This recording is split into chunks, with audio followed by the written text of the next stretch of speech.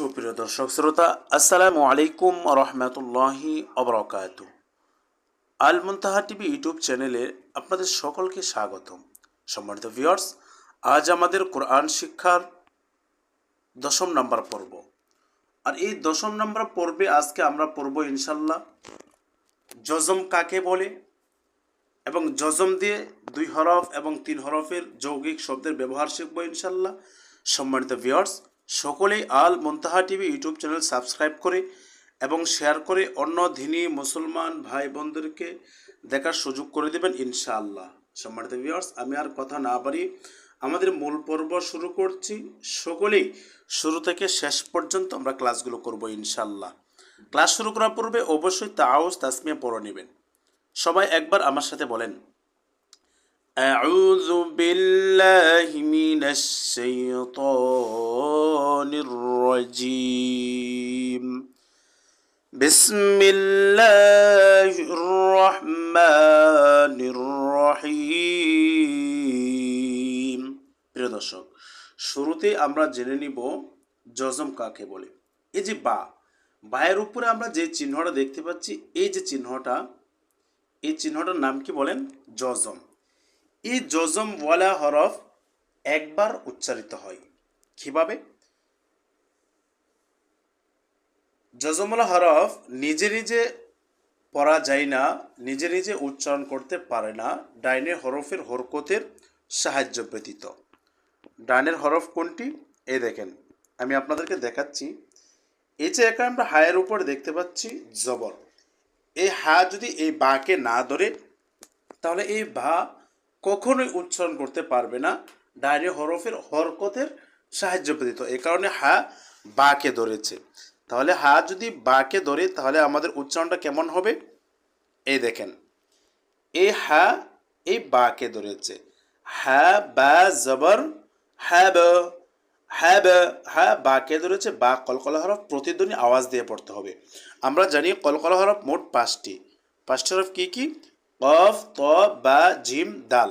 এই 5টি হরফে জজম হইলে কলকলা করিয়া, অর্থাৎ প্রতিধ্বনি আওয়াজ দিয়ে পড়তে হয়।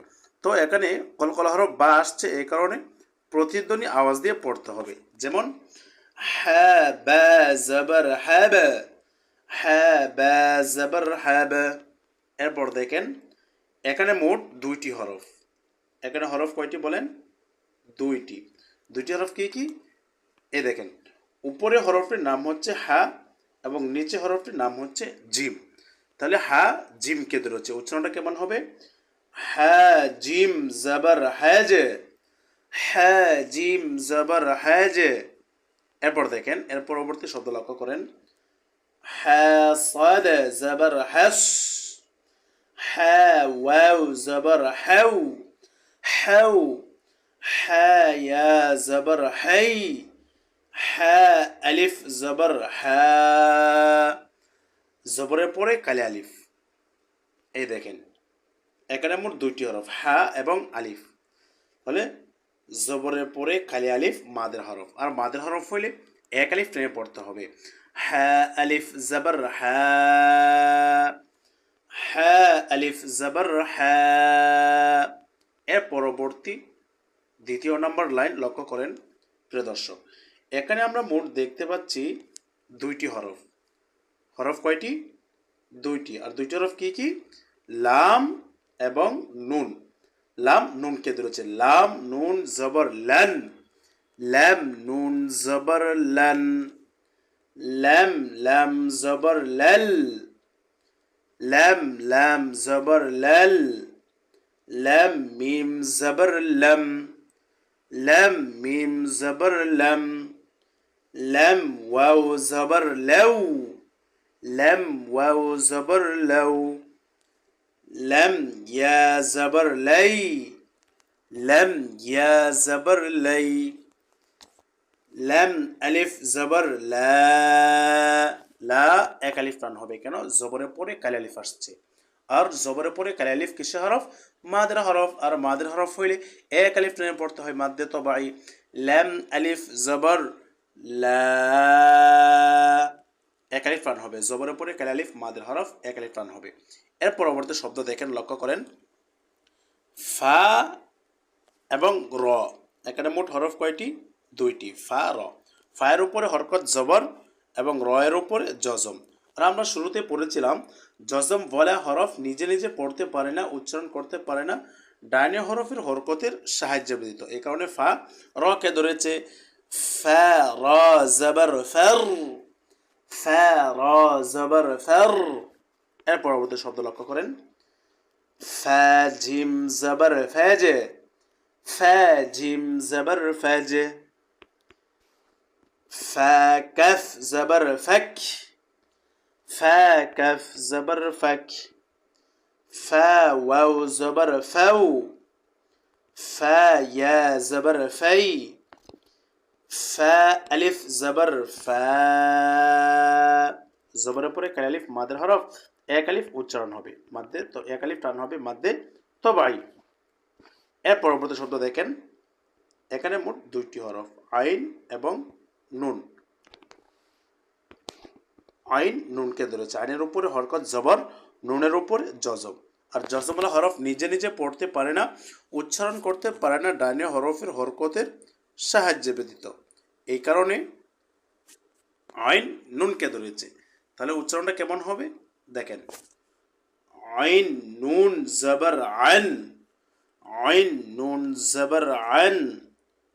আইন সাদ জবর আস, আইন সাদ জবর আস। আইন মিম জবর আম, আইন মিম জবর আম। আইন ওয়াও জবর আও, আইন ওয়াও জবর আও। আইন ইয়া জবর আই। আইন আলিফ জবর আ। জবরের পরে কাল আলিফ মাদের হরফ, এক আলিফ টান হবে মাদ্দে তবাই। হা লাম জবর হল, হা লাম জবর হল। হা মিম জবর হম, হা মিম জবর হম। হা কফ জবর হক, হা কফ জবর হক। হা ওয়াও জবর হাউ, হা ওয়াও জবর হাউ। হা ইয়া জবর হাই, হা ইয়া জবর হাই। হা আলিফ জবর হা। জবরের পরে কাল আলিফ মাদের হরফ, এক আলিফ টান হবে মাদ্দে তবাই। এর পরবর্তী দেখেন, এতক্ষণ আমরা হরকত জবর দিয়ে জজমের উচ্চারণ পড়ছিলাম, এখন আমরা হরকত জের দিয়ে জজমের ব্যবহার শিখবো ইনশাল্লাহ। দেখেন এখানে মোট আমরা দেখতে পাচ্ছি দুইটি হরফ, একটা হচ্ছে আলিফ আর একটি হরফ হচ্ছে নুন। আলিফের নিচে হরকত জের আর নুনের উপরে জজম। এই আলিফকে আমরা হামজা উচ্চারণ করব। কেন? আলিফের উপরে অথবা নিচে যখন হরকত তানবিন তাসদীদ জজম সাকিন আসে, তখন আলিফ আর আলিফ থাকে না, আলিফ কি হয়ে যায়? আলিফ হামজা হয়ে যায়।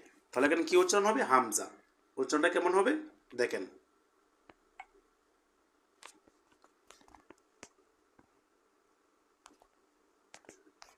এই দেখেন,